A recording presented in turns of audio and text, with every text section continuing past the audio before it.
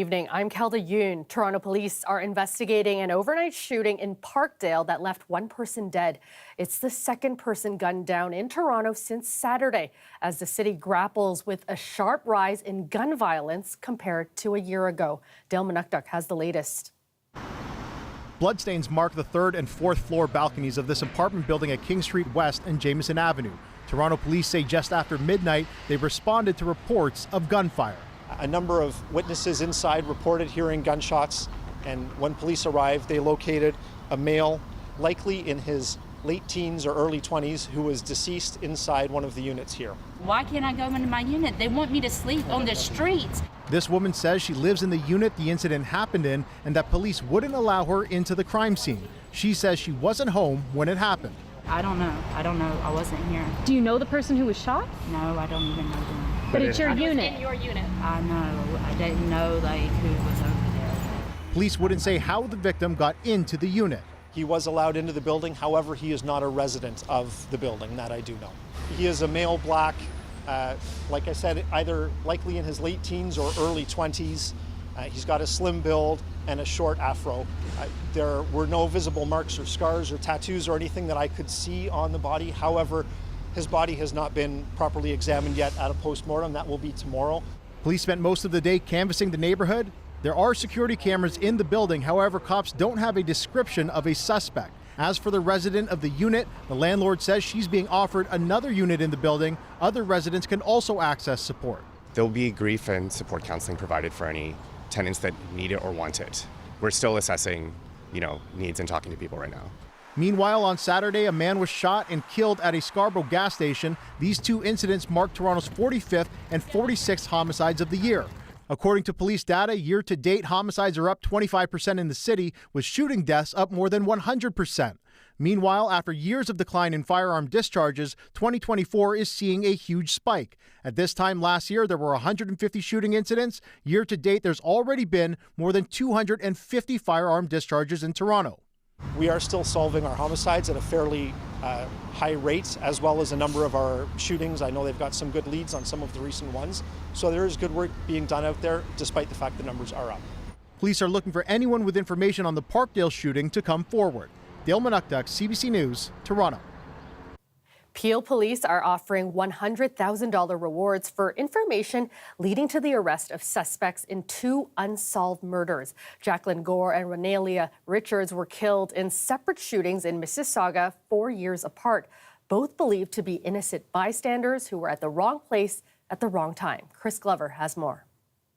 Peel Police Homicide Unit now announcing what it calls a significant reward for any tips that lead to the apprehension of a suspect or any arrests in the deaths of two women outside Mississauga nightclubs. They both happened quite a while ago. In one case, 5 years ago today. The other one happening several months ago outside of nightclubs here in the city of Mississauga. And police say in both cases, the victims were completely innocent and hit by stray bullets. The first one happened here outside of Fume nightclub. In this case, Jacqueline Gore, a 24-year-old from London, Ontario, was here for a birthday party with friends, and at the end of the night, around 2:45 in the morning of July 8th, 2019, she was standing outside of this establishment with her friends. Police said a masked man showed up at that time, approached a group of men, and opened fire. The intended target of that shooting apparently fled, according to police. The gunman then chased after them and ultimately fled in an SUV. In the end, Gore was struck during that as the bullets rang out, and she was killed instantly, according to police. Now, in March of 2021, Peel Police offered a $25,000 reward in her case, but they said today that that did not work, and as a result, they are enhancing that to $100,000. And they're also announcing a $100,000 reward in the killing of Renalia Richards. She's a 19-year-old from North York. She was killed outside of a different Mississauga nightclub at Eglinton Avenue East and Dixon Percy Road. That one happening at approximately 1:30 in the morning on December 31st, 2023. She was shot while police said she was standing with her sister and boyfriend, and police say she too was an innocent bystander who was shot and not the intended target. When the bullets rang out in her case outside of that Mississauga nightclub, police said that there were some 100 people that were standing in that area, and they said it was an absolute miracle that nobody else was injured at that time. Police saying both of these women were cut down in their prime. They're saying that their families are devastated, and they're hoping that these new $100,000 rewards will help lead to the capture of their killers. And today I asked police whether or not these two cases are connected. Here's police reacting to that question. We have no evidence at this time to suggest that they are linked. However, we aren't discounting that. They are similar, though. Like all victims of violent crime, we want to bring justice to them, and we really want to leave no opportunity unturned. And the police were saying that these rewards are just one tool in the overall arsenal that they're trying to use in order to crack these cases. But they say in each of these cases, there were dozens of people present at the time of the shooting. They say that clearly there are people who have information that would be helpful to their investigation, and they're imploring everybody who has any sort of information in these cases to come forward. Chris Glover, CBC News, Mississauga. An inquest into the death of a man who was killed in a Toronto jail over a bag of chips began today. It's been almost 15 years since Jeff Monroe was killed by fellow inmate Troy Campbell, who remains behind bars for the crime. Lane Harrison has more. It's been 15 years since Jeff Monroe was murdered over half a bag of Ruffles all-dressed potato chips. The man, nicknamed Butterfly, who is described by fellow inmates as quiet and very nice, was beaten to death on November 7th, 2009, by a man who said he stole his snacks. The case of Monroe's murder has already been opened and shut in criminal court, where his killer, Troy Campbell, pleaded guilty to second-degree murder in 2012. The inquest into Monroe's death is to determine recommendations that will help prevent similar things from happening in correction facilities in the future. Monroe had a long history of drug abuse and mental illness, namely schizophrenia. He was addicted to methamphetamine and had been treated on and off at CAMH since at least 2005, with a doctor from the facility telling the inquest that his drug addiction would have negated the benefits of treatment. In the fall of 2009, he was picked up by police after acting irrationally in public. He was taken to the now shuttered Don jail, but released on probation. He was then picked up again a day later, still in his orange jumpsuit and seeming confused. He was taken to a special needs unit in the jail, which was meant for those with mental health issues and behavioral issues. Some of the inmates at the Don jail were known as corridor men. They helped clean the unit and hand out meals so their doors were unlocked. Monroe's cellmate was a corridor man, as was his killer. On the 7th, Campbell bartered with another inmate to get 2 bags of chips and some chocolate. He ate 1 bag and half of another. Monroe ate the rest, and Campbell attacked him for it, first punching him, then stomping on his head while he lay in bed. He ultimately died after choking on his own blood. Someone saw Campbell punching Monroe in his bed around 5:30. At 6, a guard noted everything seemed in order in the unit, but during a 7:30 cell check, corrections officer Richard Backey found Monroe wasn't responding, and by 8:18, a doctor had pronounced him dead. At the inquest Monday, Monroe's mother, Chrissy Monroe, spoke about the impact his murder has had on her life. She said he did nothing to deserve his fate, telling the inquest, quote, "As a mother, I have failed to protect my son and keep him safe. I live with the guilt every day that I wasn't there when he died, and I will always carry this horror." The inquest will continue hearing from witnesses on Tuesday. Lane Harrison, CBC News, Toronto. Peel region is confirming its first positive case of mosquitoes carrying the West Nile virus this year. The mosquitoes were collected from a trap in Brampton near Church and Centre Street. West Nile can be passed to humans if they bite you, though the risk is low. Symptoms of West Nile can include a rash, fever, headache, and vomiting. The positive tests are 2 weeks earlier than last year. Peel Public Health says warm weather and the effects of global warming may be causing the season to start earlier. The province has released a searchable online map showing where Ontarians can buy booze during the LCBO strike.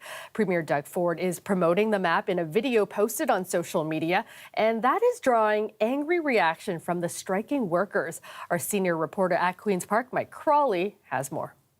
It's summertime in Ontario. Premier Doug Ford grilling up some burgers. So what's he doing with cans of craft beer sitting beside a hot barbecue? Even though LCBO workers are on strike, there's still plenty of options for you to buy beer, wine, cider, coolers, and even spirits. Ford's video is promoting a way to find those options, a new online searchable map produced by the government and rolled out on day 4 of the provincial liquor store strike. Enjoy, and remember to drink responsibly. Here on the picket line, Ford's video isn't winning any fans. Even though LCBO workers are on strike, there's still plenty of options. Doug Ford is all about himself. This is not about the public. This is about him. They're trying to get the public to think we don't need LCBO, we have all the other options. I think what would have been more useful as an interactive map for Ontarians would be one that directs them to a family doctor. Among the hundreds of locations listed on the map, and if you come here, there's our retail fridge. The Old Flame Brewing Company here in Toronto's Distillery District. You can actually sample the beers before you take them home. Old Flame sells not only its own beer to carry out, but also a selection of wine and cider. Staff have already noticed a jump in foot traffic since the strike began. Well, with the summer weather and, when people realize that there is a place down the road for our local area to grab beer, cider, and wine as an option to go, I think we'll definitely see an increase in sales. Let's make it an Ontario-made summer. Beyond this video, Ford has not spoken publicly about the strike. Premier. And except for this news conference 3 hours drive north of Thunder Bay, he hasn't taken questions from reporters in nearly 6 weeks. In that time, there's been a major cabinet shuffle, the sudden closure of the Ontario Science Centre, and now 9,000 LCBO workers off the job. Mike Crawley, CBC News.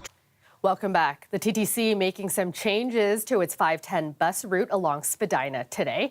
2 weeks ago, the transit agency swapped out its 510 Spadina streetcars for buses. But the transition has been anything but smooth, with travel times soaring. The TTC is hoping the changes will fix that. But as Tyler Cheese finds out, the first day was met with some confusion. I get off, he told me he turned it off here. I have to get off and I have to walk way down to take the streetcar to go home. Some commuters are expressing confusion over a change to the route of the 510 replacement buses along Spadina Avenue. The buses are set to run on Spadina until December as track repairs and updates to overhead power lines are carried out. I didn't know he was turning till he said he's turning here, and then he's telling me to walk back to King Street and get on the streetcar to go to take the train and stop to get to Union. The change comes as the TTC reported that travel times have tripled in the week since Spadina streetcars were replaced. It's hoping the modification will help alleviate gridlock and congestion on the route. We know that the trip times, which are normally 20 to 25 minutes, we're taking well over an hour. So that's unacceptable for us. So now the bus route will change slightly, but only for the afternoon rush hour. Monday to Friday, 3 to 7 p.m. We're going to turn those Spadina buses onto Front Street, and then they're going to loop around Blue Jay Way near the Sky Dome and then back north on Spadina. Now, what that means is that there won't be any southbound bus service between Front and Queens Quay. In addition to the route modification, the TTC says it's working closely with the city to address congestion along the street. But for now, riders are hopeful this modification will make a meaningful difference. I feel like it will, honestly, as long as everyone can get where they need to be and not be late for work. Still, others say they just want their streetcars back. The traffic is just insane. The buses don't come as often. It only goes all the way up to Spadina, and then you're supposed to hop on another streetcar to take you all the way to Union. So it's like a two-step plan. It's just a disaster. We need our transportation back. Come on, people, we communicate. This is how we commute. You know, with the streetcar and the buses, this is how we commute.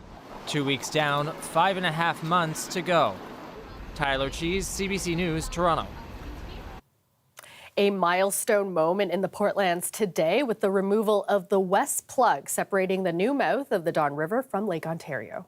This project opens up almost 1/3 of the area Waterfront Toronto is mandated to revitalize. It is one of the largest civil engineering projects currently underway in North America. And in Toronto, it's unlike anything attempted before. Politicians and representatives from the Indigenous community were on hand for the ceremony. The removal of temporary dam below the Cherry Street Bridge is the first step in renaturalizing the Don River to flow freely into Lake Ontario. The next step in the project is to remove the North Plug at the Keating Channel.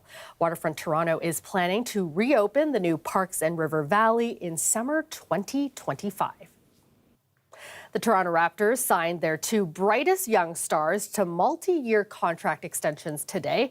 Scotty Barnes and Emmanuel Quickley have both committed to the Raptors long-term, but they say the plan is to turn the Raptors into a winning team again right away. Greg Ross has more. It's been a while since anyone with the Raptors has been able to make a statement like this. It's an incredible day for us. Today, President Masai Ujiri was excited to announce two major contract extensions, starting with All-Star Scotty Barnes. The team has not released the terms of his deal, but it's believed the 22-year-old signed for 5 more years and will earn as much as $275 million. That would be the largest contract in team history, keeping Barnes in Toronto long-term. I think the main thing I learned about this city is just how dedicated, how supportive the fans are to this organization, this program, not just the city, but all of Canada. Also signing a new deal was Emmanuel Quickley, worth a reported $175 million over 5 years. The Raptors acquired the 25-year-old midway through last season in a trade with the New York Knicks. He says it didn't take long for him to decide that this was the right place for him. I think the main thing was just the mentality of the organization, where they saw this team going individually for me and also as a team. I think what we can do here can be special, and really excited to get started. For many Raptors fans, this is a step in the right direction. I feel confident about Scotty Barnes and his ceiling defensively. I think it's a young core to pay attention to. I can only say it's going to look really promising and lots of potential, lots of potential. The Toronto Raptors are the 2019 NBA champions. The team is still a long way from their championship form in 2019. They didn't even make the playoffs last season, but both Quickley and Barnes believe the team is closer than people think. I feel like I know what it takes to win as far as, at least getting to the playoffs. I know what the playoffs feel like. I just want to win now. I feel like that's my mindset each and every single day. I want to win basketball games and rebuild this thing back to where it was. Ujiri took it a step further, making this promise to fans. First day I took the job here, I guaranteed it, and I'm guaranteeing it again. We'll win in Toronto again. Guarantee it. When? That's we'll see. We'll see. Ujiri says contending for a championship is likely still years away, but with such a young core of players, there's plenty of time. Greg Ross, CBC News, Toronto. Former Raptor Pascal Siakam signed his new contract with the Indiana Pacers today, but it appears he will always be a Raptor at heart, made clear by this blunder during the press conference. Thanks, KP. I want to thank the Raptors, the Pacers organization, just for trusting me. Siakam's deal is reportedly worth $189 million over 4 years. Spicy P led the Pacers to the conference finals last season, averaging 21 points, 7 rebounds, and nearly 4 assists in the playoffs. Stay with us. We'll be right back. The Ateka Desert in northern Chile is usually a desolate place, but the early arrival of winter rains in the southern hemisphere has the rocky dunes erupting with purple and white flowers. The so-called flowering desert occurs every few years, usually in conjunction with the weather phenomenon known as El Nino. More rain is in the forecast, and that's expected to enhance the blooms. The last time this happened in the Ateka was 2015.